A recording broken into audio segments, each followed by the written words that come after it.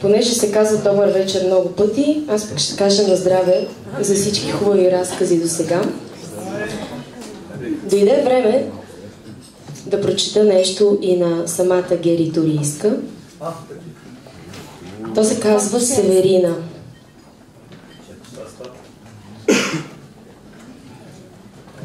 И така, Северина обичала да започва изреченията с «и». Напукна учителката си по литература, която все ги драскала с червен химикал. И не можела да спре чак до смъртта си да говори с «и» в началото на изречението, както и да пише така, дори така мислела, то си било част от нея, но не това е най-интересното, което трябва да знаете за Северина. Северина, както много други момичета, се влюбила в по-голям мъж, когато била едва на 14. Учителя по химия. Той откликнал на чувствата й, услужливо отнел девствеността й и дори успя да я забремени. На Северина й се наложило да каже на родителите си, добре познати в града лекари, ползващи се с добро име и досадно присъствие в живота й с непрестанното «изяж си филията». Северина направила аборт, както и училището абортирало любимия учител по химия. Виждали се тайно още около година, когато той се оказал и женен, и съден, и с ограничителна заповед. В един тъжен януарски ден, с бяла ушанка на главата си, с прилежно сплетени под нея плитки, 15-годишната Северина с бито сърце и празна глава се разхождала на миши стъпки по велоалеята в Северния парк на нейния си град, където тя живеела. Който град, между другото, е толкова на север, че компасите в 4-те посоки били все с индикация север. Кръстили я така, защото когато се раждала, имало северно сияние, което практически в нейния град било ежедневие. Това карало Северина да се чувства не просто обикновена и прозрачна, това карало да се чувства невидима. А когато много пъти си повториш нещо, когато повярваш в него, то почти задължително се превръща в истина. От тази разходка в парка нататък никой никога не чу нищо повече за нея. Родителите я търсили в продължение на 18 години, но така и не я открили. Радиа, вестници, телевизии, всички помагали в търсенето.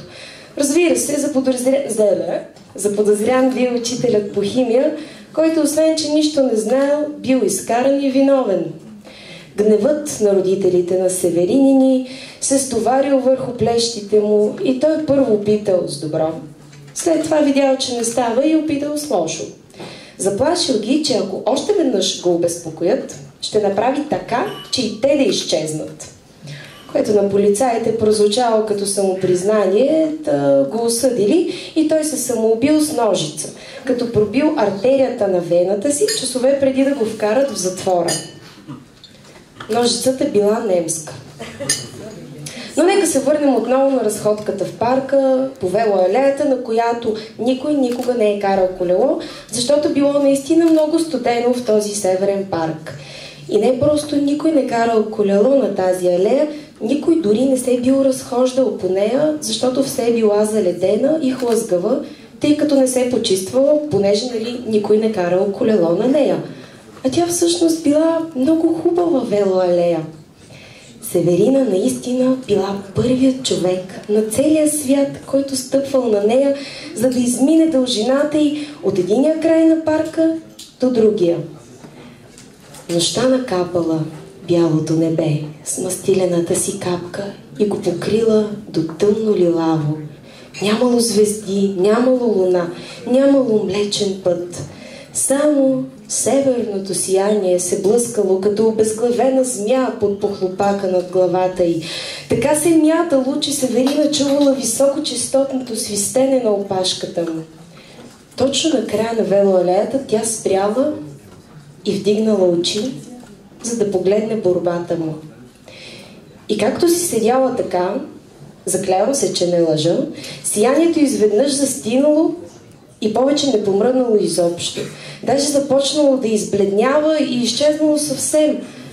А Северина не можела да види вече нищо в тъмния парк, в в който нямало нито една лампа, понеже е бил твърде студен, за да се разхожда някой изобщо в него, и кметът не бил поставил осветление.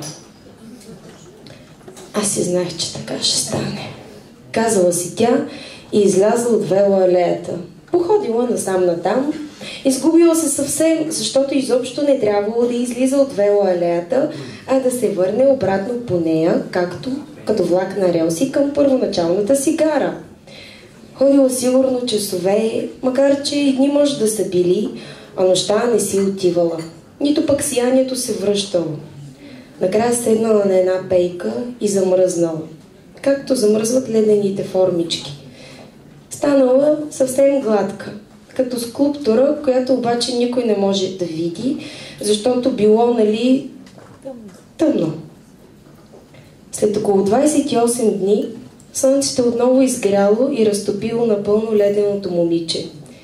Водите й се стекли по много нелогичните, но в случая удобни за историята, каналчета, които като паяжини обхождали целия парк и стигнали до една шахта, където се влели като в корито на река. И така била изобретена студената вода. Но това историята на топлата вода е сходна, но няма нищо общо с тази история, затова ще ви разкажа някой друг път. Та, по каналите в шахтата Северина текла и накрая пристигнала. Събрала се в локва, капка по капка, под улука на жълто-зеленикава сграда на име Фроа. Първото нещо, което си помислила, било: и си кръщават тук сградите, колко странно. Понеже не знаела къде е, решила да разгледа, да се ориентира, да посъбере и поразходи. Изправила се локвата и атомче по атомче се върнала към първоначалния си образ на момиче. Макар че кой би могъл да каже със сигурност кое е първото – локвата или човека? Северина бързо осъзнала, че в този град не са най-странни цветовете и имената на зелено-лилавата Алберт Практиш или червено-синята Зел-Монда. Там всички били влюбени, държали се под ръка, целували се по кафенетата, подсвирквали си по улиците и дори си пускали хвърчила с имената си. Северина не приличала на никой тук. Хората по улиците били с мургави кожи и лъскави кестеняви коси. Говорили на висок глас, а тя не можела да се сети кога за последно някой е бил питал нещо, за да чуе гласа си. Нарочно казала на глас, за да се увери, че все още може да говори.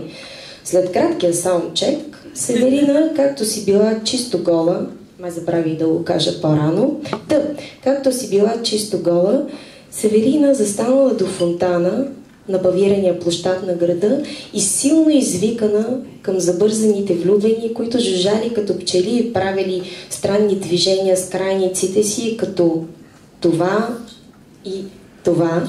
Ей така с главата. Аз съм Северина!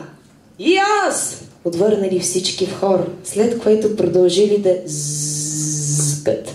Не, казвам се Северина! Аз също! Отново викнал площада и продължил да си пие кафетата, да си гони хвърчилата и да се опипва по задника, след което да се смее срамежливо. Било зале слънце, когато Северина вече успяла да обиколи половината град.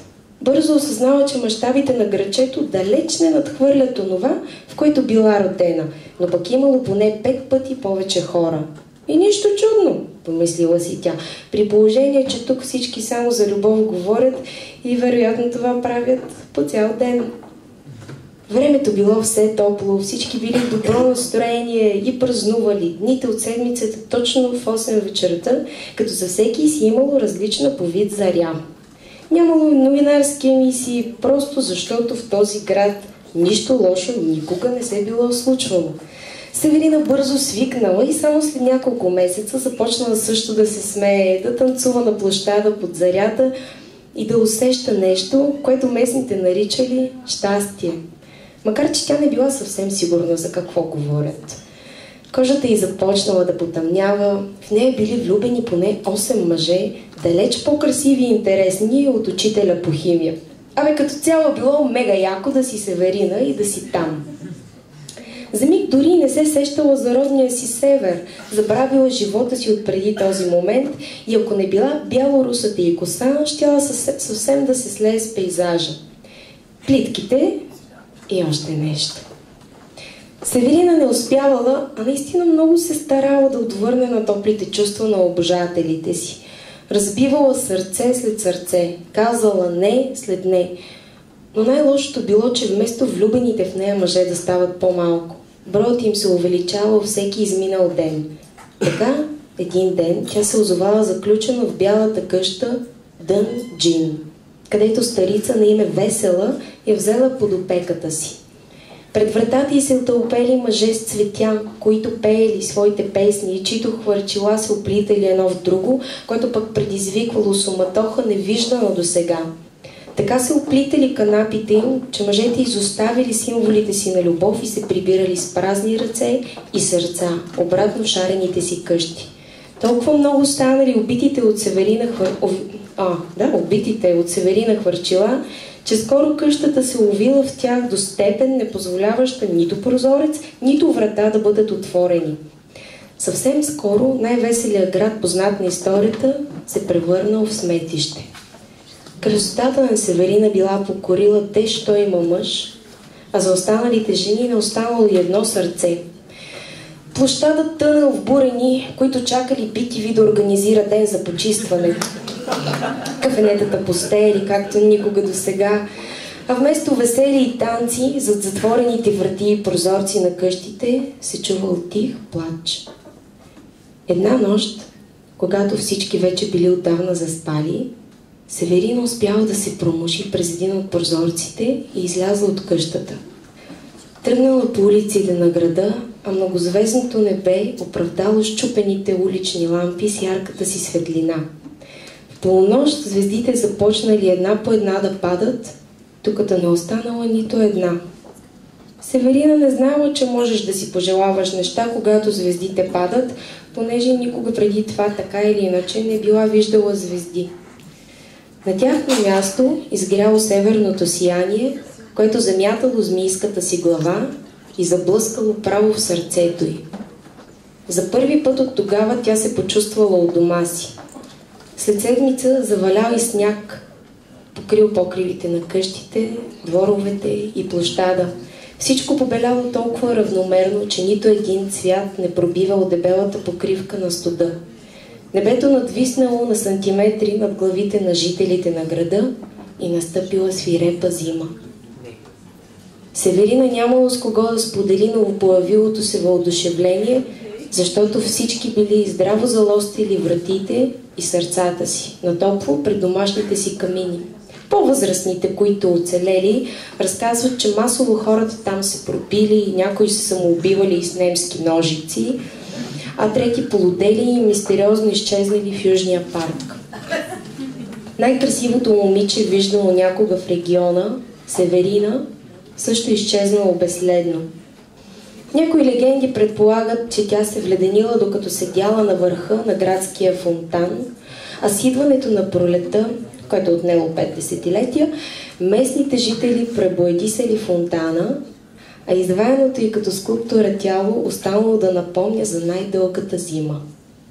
Други са единодушни, че Северина никога не е съществувала и всичко разказано до тук в тази история е плод на лудата баба Весела, която я е измислила, за да плаши внуците си с човешко същество, което не умело да обича.